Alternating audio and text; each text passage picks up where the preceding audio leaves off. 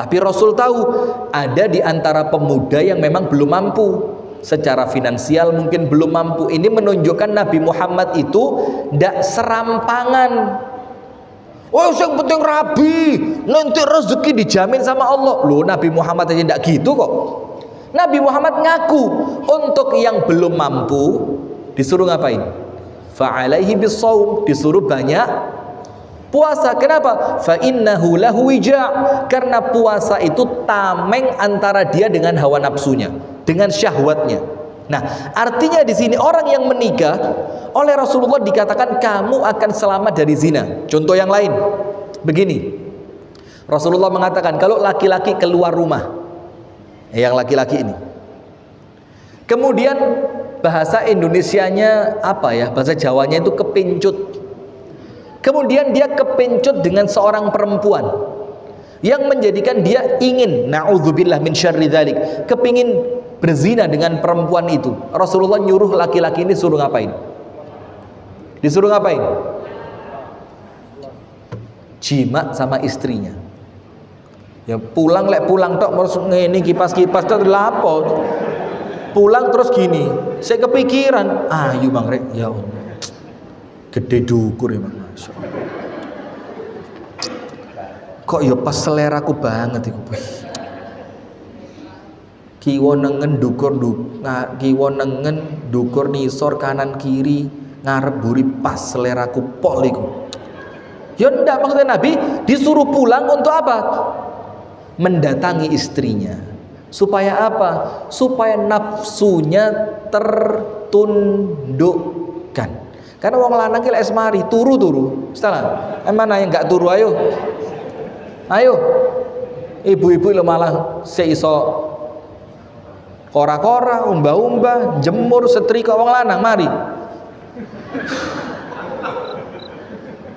Kalau tidak percaya tanya Dr. Aisyah Dahlan. Itu kata Dr. Aisyah Dahlan seperti habis kena morfin katanya. Nah sudah, maka dengan itu Nabi Muhammad nyuruh apa? Wahai para laki-laki, kalau kalian tertarik dengan perempuan haram di luar rumah, disuruh pulang. Tujuannya apa? Datangi istrimu. Terus Nabi Muhammad melanjutkan, ini non sewu nggih. Nggak tahu kayaknya kok saya ngomong gini nggak pantas di masjid, tapi insya Allah niatan kita ilmu nggih Bu. Karena Rasulullah bilang apa?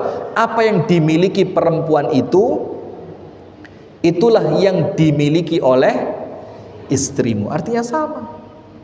Nah, maka kenapa menikah itu memegang peran separuh agama? Nomor satu, karena agama itu menjalankan perintah dan menjauhi larangan. Ketika Allah melarang kita berzina, ketika Allah melarang kita memandang sesuatu yang bukan mahram kita, maka dengan menikah larangan itu bisa kita jauhi.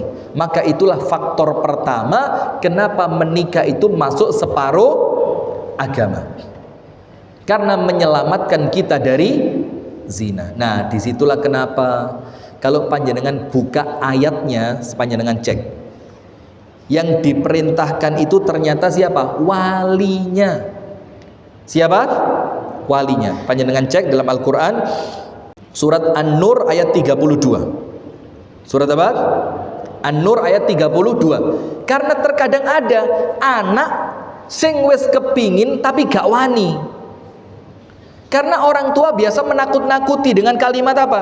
Tek kok keimangan opo anake wong. Iya apa ndak?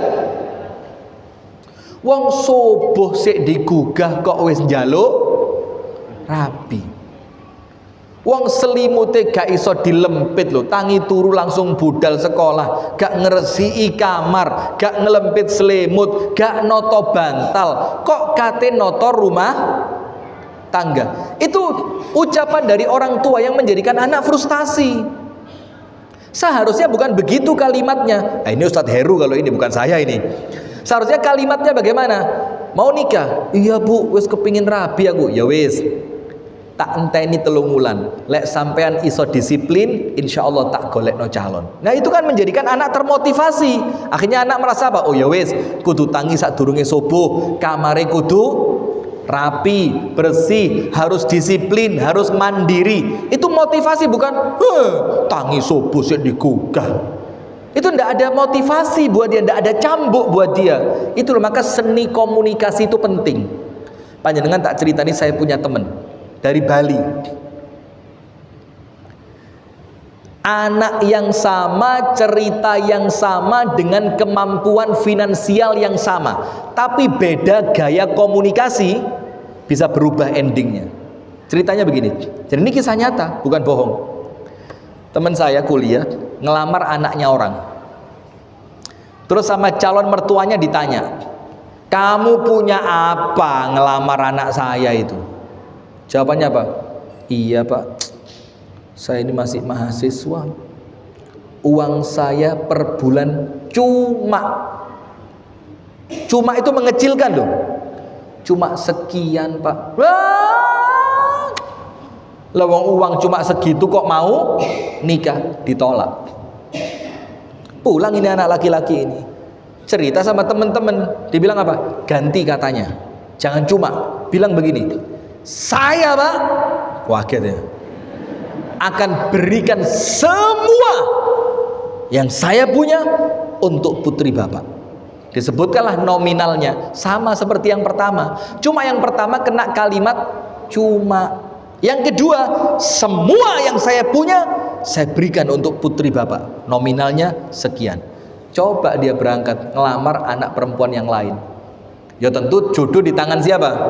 Allah. Cuma kan Allah tidak pernah menafikan sebab kan, sebab itu kan penting. Sampai Nabi Muhammad Mekah Medina saja naik apa? Unta. Jalan berapa lama? Hampir 4 harian. Itu Allah menghargai sebab.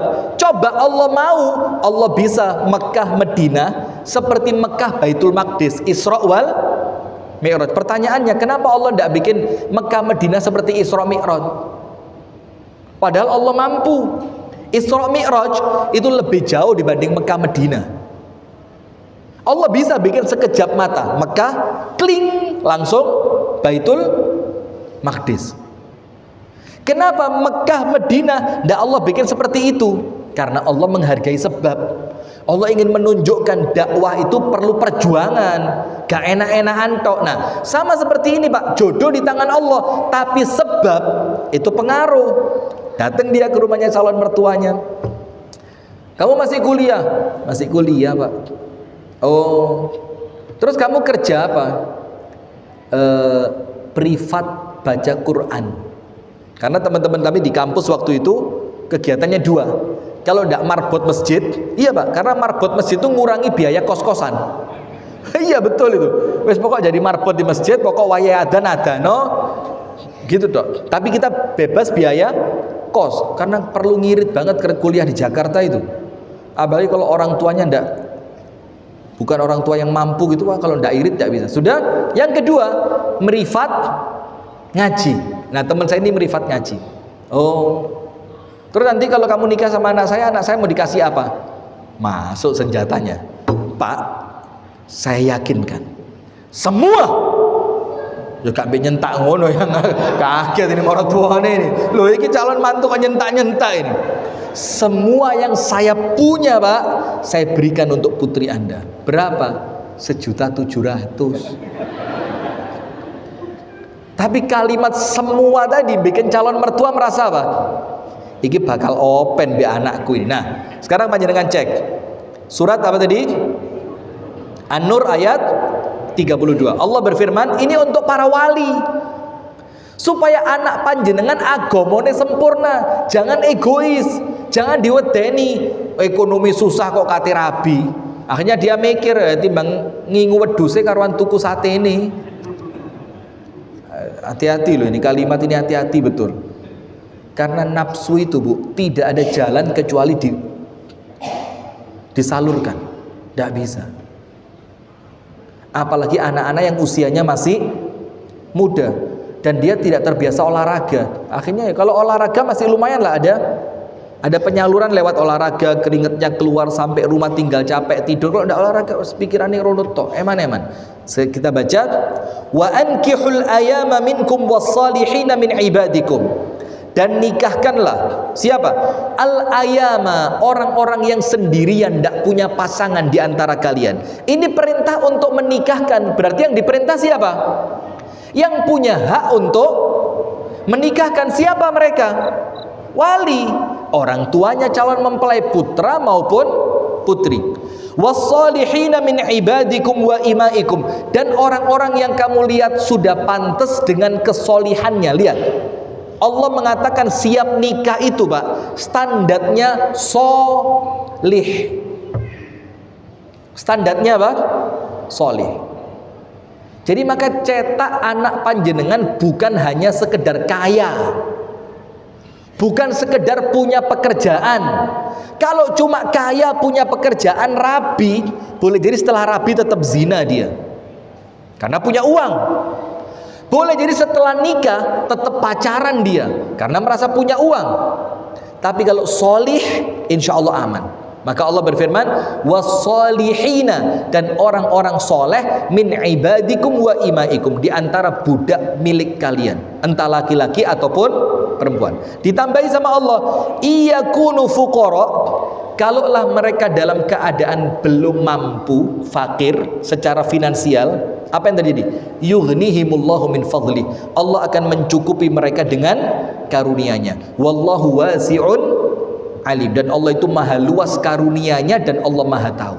Nah sekarang lihat, berarti di sini perintahnya orang tua tidak boleh egois. Lihat anak panjenengan.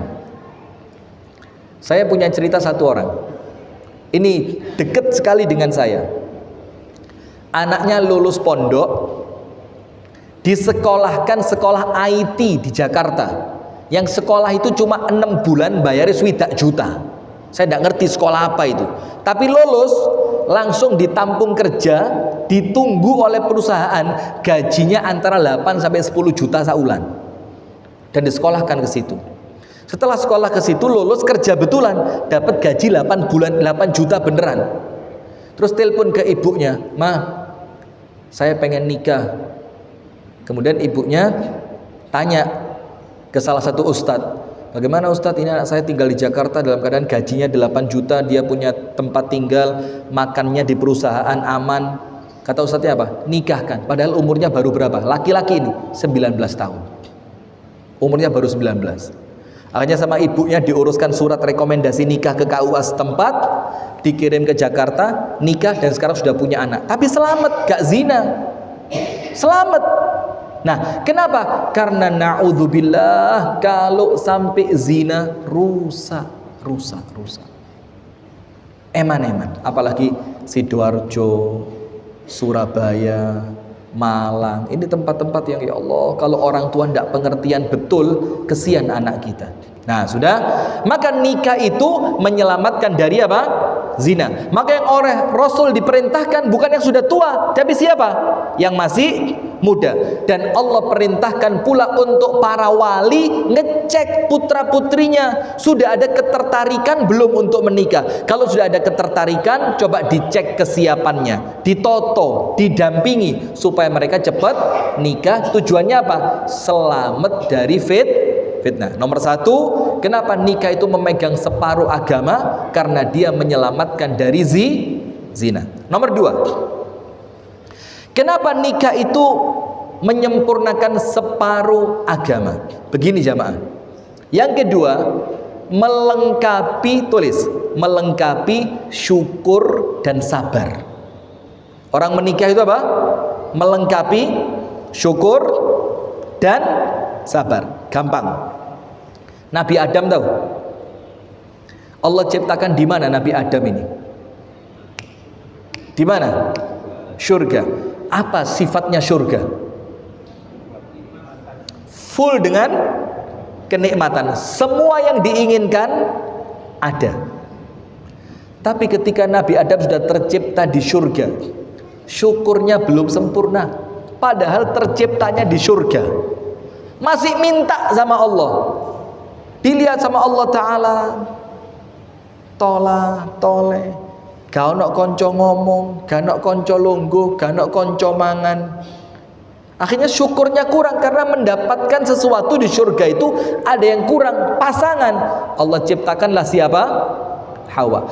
Tapi ternyata Hawa itu bukan cuma untuk disyukuri tapi disabari. Karena yang ngajak Nabi Adam makan buah yang terlarang siapa? Ayo ibu-ibu. Yang ngerayu Nabi Adam, ayolah Adam siji tok ae mosok ora gelem, ayo tala penak mosok ora kepingin. Itu salah satu yang ganggu siapa?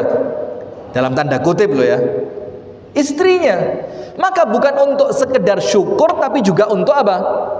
Sabar. Nah, maka yang kedua, kenapa nikah itu memegang peranan separuh agama? Karena nikah itu menyempurnakan syukur dan menyempurnakan sabar. Cek sekarang satu persatu, cek gak bingung.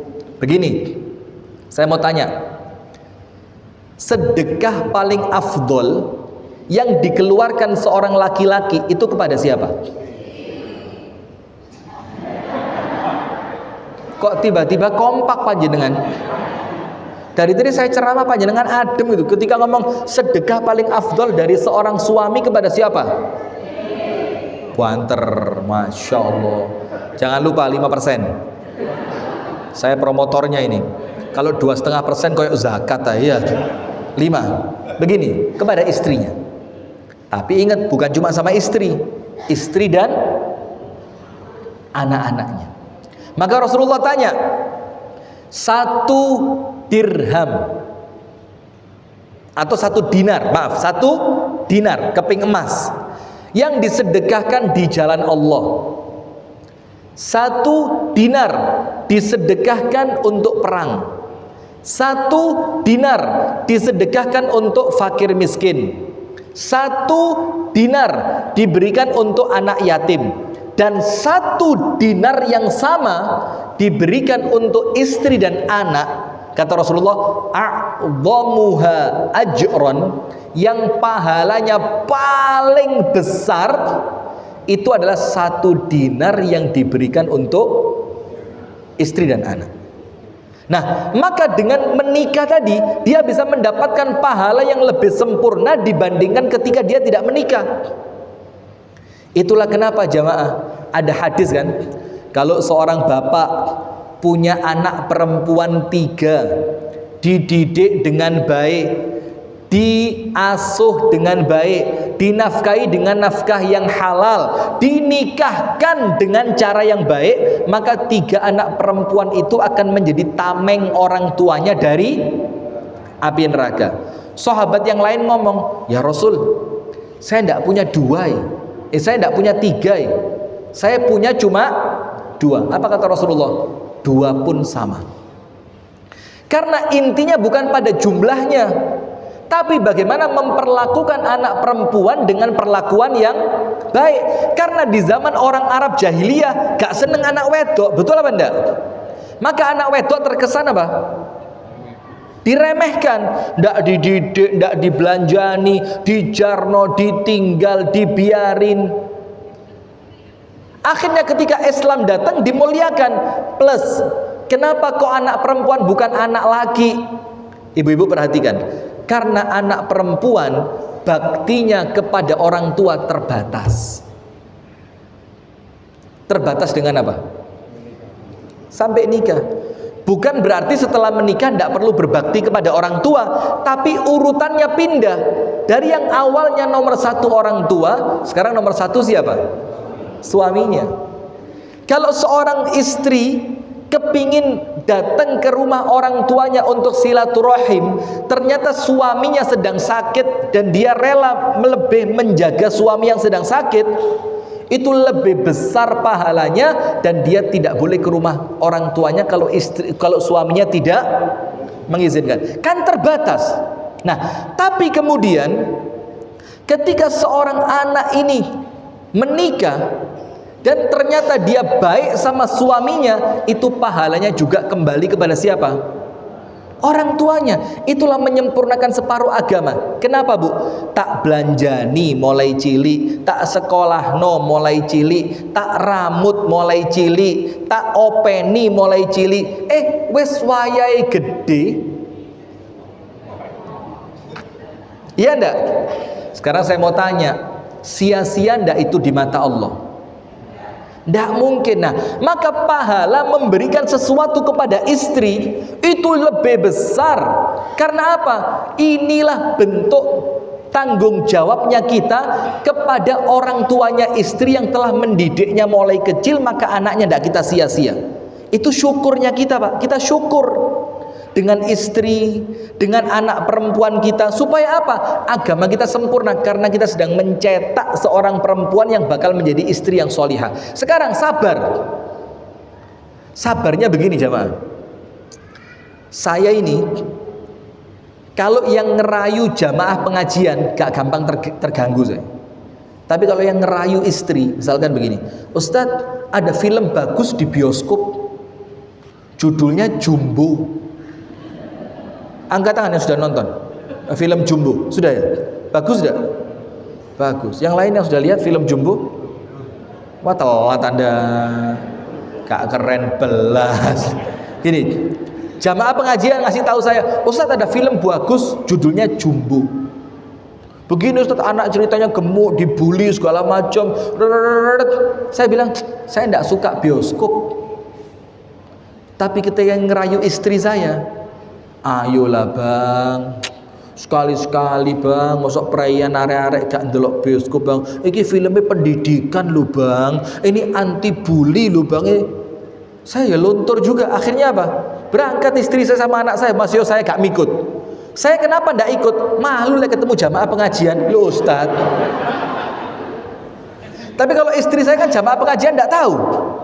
Lawang istri saya jarang tak tahu no ke omah. Foto bareng sama jamaah jarang. Kalaupun foto saya bilang, tolong ya yang ada istri saya jangan diposting. Bukan masalah apa.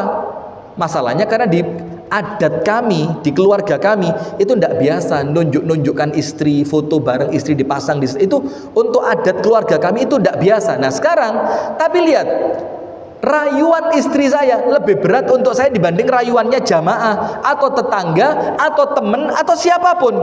Maka kalau saya tidak sabar-sabar, gampang terayu saya. Nabi Adam yang dirayu kena, Nabi langsung diciptakan oleh Allah, apalagi seorang Ustadz. Nah maka lengkapnya agama dengan keberadaan istri menikah itu karena istri itu melengkapi syukur dan melengkapi sabar. Orang yang paling pantas saya sabari yo istri saya. Orang yang kalau salah paling pantas saya maafkan yo istri saya. Orang yang kalau dia marah saya paling pantas sabar di atas kemarahannya yo istri saya. Maka dengan keberadaan istri dan suami itu agama kita semakin lengkap. Karena kalau syukur, syukurnya semakin kuat. Kalau sabar, sabarnya semakin hebat. Karena sabar kepada seseorang yang kita bisa jadi untuk orang lain kita tidak sabar. Istri saya ruami, meneng saya. Coba panjenengan yang ngamuk sama saya, apa saya telat? Gak ngaji aku deh gini, mulai aku. Tapi ketika istri, saya sabar. Begitu pula ketika istri masak, saya syukur. Mas Yo kadang-kadang masak ini live ya. Saya ngomong gak sepiro enak ya wedi. Kalau istri saya lihat ini ya jadi masalah. Tapi tidak apa. Ketika istri saya masak, masakannya wasin. Ya bang, enak. Pol. Stantekno kan. Karena dia kerungu enak pol dijogokno maneh. Ya Allah. Serba salah rek, diwara gak enak ngamuk, diwara enak diimbui. Iki sementara darah tinggi lagi di kena asin tambah dukur. Bismillah wes mati syahid insyaallah. Kenapa? Nyenengno. Nah, maka kalau makanan ndak enak itu saya beli di warung, marah ndak saya? Nah, karena yang masak istri, saya lebih bersyukur karena dia sudah rela masakno tanpa imbal jasa. Nah, maka itu nomor 2. Kenapa menikah itu melengkapi separuh agama? Karena dia menambah kuatnya syukur dan sabar. Penutup terakhir ini yang paling top. Kenapa menikah itu melengkapi separuh agama? Karena nikah itu jembatan untuk masuk. Walau tenane. Menikah itu apa? Jembatan yang mengantarkan kita insya Allah bakal masuk surga. Apa dalilnya? Apa dalilnya? bahwa nikah itu adalah jembatan untuk masuk surga. Ayo, dalilnya apa? Ada yang tahu?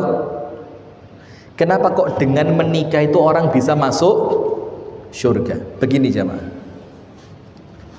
menikah itu perintah Allah atau bukan? Sunnah Nabi atau bukan? Semua di antara Nabi dan Rasul semuanya menikah, semua kecuali satu. Siapa? Yang belum nikah. Namanya dong, Nabi Isa. Itu pun nanti ketika Nabi Isa turun, salah satu yang dilakukan pertama kali oleh Nabi Isa apa? Menikah. Maka panjenengan siapkan Bu, jangan-jangan putri panjenengan nanti istrinya Nabi Isa. Pantes pora tapi lihat Nabi gak mungkin milih sing elek kan. Ketawanya puas sekali Anda.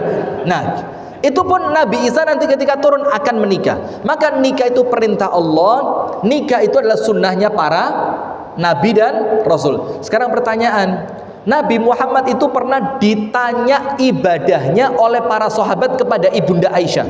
Datang, Ibunda Aisyah, tolonglah diceritakan kepada kami, ya apa sih ibadahnya Nabi Muhammad itu seperti apa?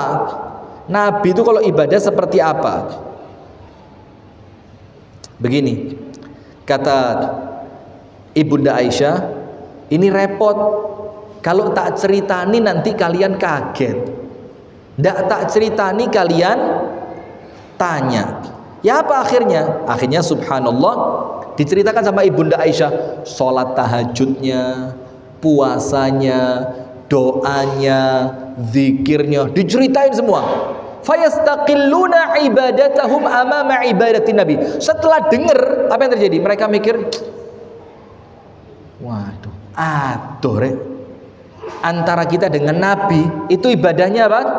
Jauh. Maka yang nomor satu bilang apa? Wes, kalau gitu saya tidak akan tidur malam suntuk, saya bakal sholat tok supaya sama dengan Nabi. Yang kedua bilang apa? Kalau gitu saya akan puasa tiap hari, gak tahu gak poso blas, supaya sama dengan Nabi. Yang ketiga bilang apa? Saya tidak mau nikah. La atazawwajun nisa, saya tidak akan nikah. Kenapa? Karena kalau saya nikah, waktu saya akan tersita untuk istri dan anak-anak. Maka saya tidak akan nikah supaya waktu saya full untuk siapa? Suami.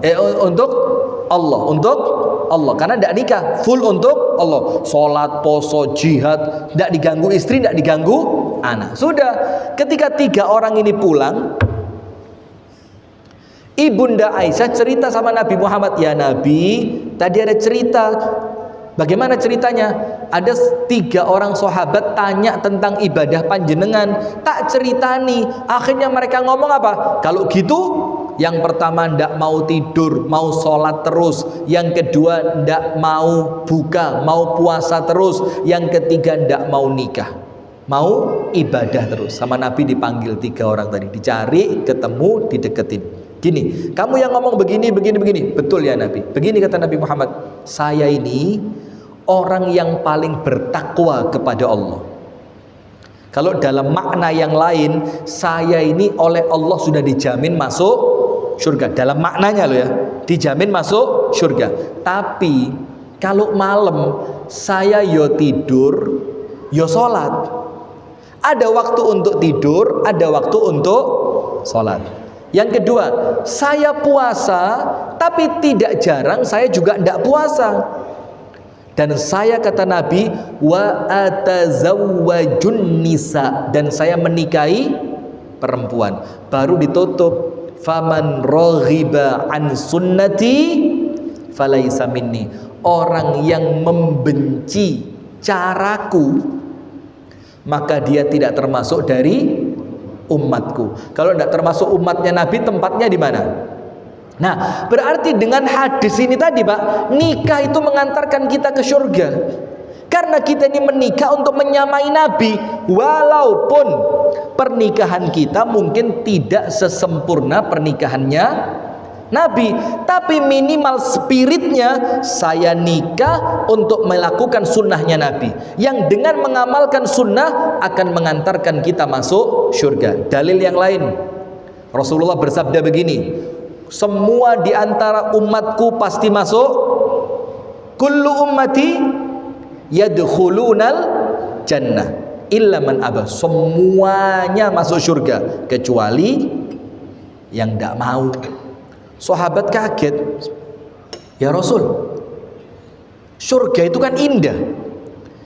Baru kemarin siang, Jumat siang, saya kumpul sama teman saya, itu tidak seneng suasana pedesaan, senengnya perkotaan. Terus dia tanya, Ustadz, lah surga itu kebun, sungai, buah, aku gak seneng ya Ustadz. Aku seneng yang modern-modern, gedung, bangunan modern, kereta listrik. Lho mosok surga kok kebon Ustaz? Blewnger ya, bapakku tani, ibu mosok ngono mana? Saya bilang apa? Loh, surga itu digambarkan kebun karena orang Arab gak tahu ndelok kebon. Surga itu digambarkan sungai karena sungai itu untuk orang Arab itu mahal banget. Surga itu digambarkan buah-buahan yang deket. Lagi wong Kasembon ya bendino Pak metik rambutan Pak gak meneh. Inilah surga wisan. Karena mereka tidak mendapati itu. Intinya surga itu nyenengno. Apa? Termasuk ibu-ibu. Lah kalau suami saya nanti bidadarinya 70, masuk aku ya digilir. Mulih nang omahku setelah 70 hari. Berarti surga gak enak yo. Apa karuan melin rokok? Lu ya monggo. Lu silahkan, enggak apa-apa. Enggak ada paksaan kok. Bukan begitu mikirnya, Bu. Mikirnya apa? Surga itu mesti enak, mesti ayem, mesti bahagia. Jadi apa yang Anda pikirkan tentang surga yang tidak menyenangkan itu bukan surga. Termasuk teman saya tadi, lah aku senengnya gedung ya Ustaz. Gak seneng sawah. Ya kon kira-kira oleh gedung di surgamu nggo. Mek kewotak tok ono isine lift. Riwah riwini sodukun isod.